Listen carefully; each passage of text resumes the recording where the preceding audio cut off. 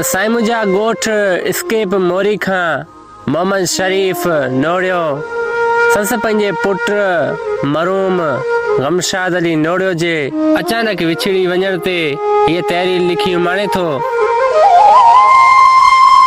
त मुंदूं मोटी आयूं पर तूं अञा न आहे प्यारा पुट।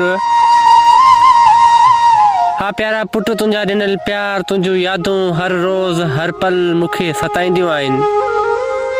हा प्यारा पुट गमशाद, आऊं तुंहिंजे अचण जे इंतज़ार में ॻोठ ॾांहुं ईंदड़ रस्तनि ॾांहुं निहारींदो रहंदो आहियां।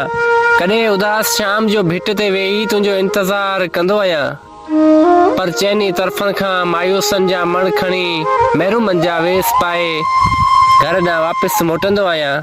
हा प्यारा गमशाद, आऊं ॼाणा थो त हाणे तूं वरी वापसि अचणो नाहीं, तॾहिं बि प्यारा पुट मां तुंहिंजे अचण जे इंतज़ार में नाकाम कोशिश कंदो रहंदो आहियां। हा मुंहिंजा पुट गमशाद, इहो ॾींहुं असांजे अखियुनि खां परे नाहे थियो जंहिं ॾींहुं तूं असांखे हमेशह जे लाइ अकेला करे हलियो वएं। हा उन ई सुरमई शाम जी लालाण सां तुंहिंजे बंदि पियल अखियुनि सां तुंहिंजो मोकिलाइण, इहो सभु मंज़र अॼु बि असांखे यादि आहे। हा प्यारा पुट गमशाद, मुंहिंजी दिलि नाउमीदी विचां फाटण लॻी आहे। मुंहिंजे चेहरे ते बीठल मुर्क हमेशह जे लाइ सवाल बणिजी वेई आहे। हा प्यारा गमशाद, असां लाइ हाणे ईदूं अनोखियूं अजनबी बणिजी वियूं आहिनि। तोखां पोइ असां ईदुनि खां अणवाक़ुफ़ थी विया आहियूं।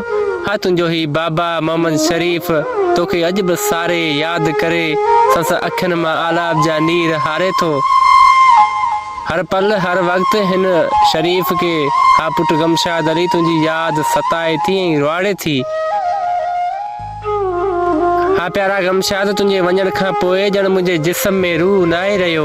कॾहिं कंहिंजे मिलियल प्यार जी मुर्क बि तुंहिंजे यादि अचण सां लुड़कनि में बदिलजी वञे थी। बसि प्यारा गमशाद, असांजूं ख़ुशियूं ख़्वाहिशूं ऐं हसरतूं अचानक तूफ़ाननि जे वर चढ़ी वियूं। बसि हाणे त हिकु ई उमेदु आहे त कॾहिं न कॾहिं ज़िंदगी मुर्कूं आणींदी। प्यारा गमशाद, तूं अॼु असांजे विच में मौजूदु न आहीं, पर संस तुंहिंजूं यादूं असांजे दिलि ते नक्श थी चुकियूं आहिनि, जेके हाज़िर आहिनि ऐं हमेशह जे लाइ रहंदियूं।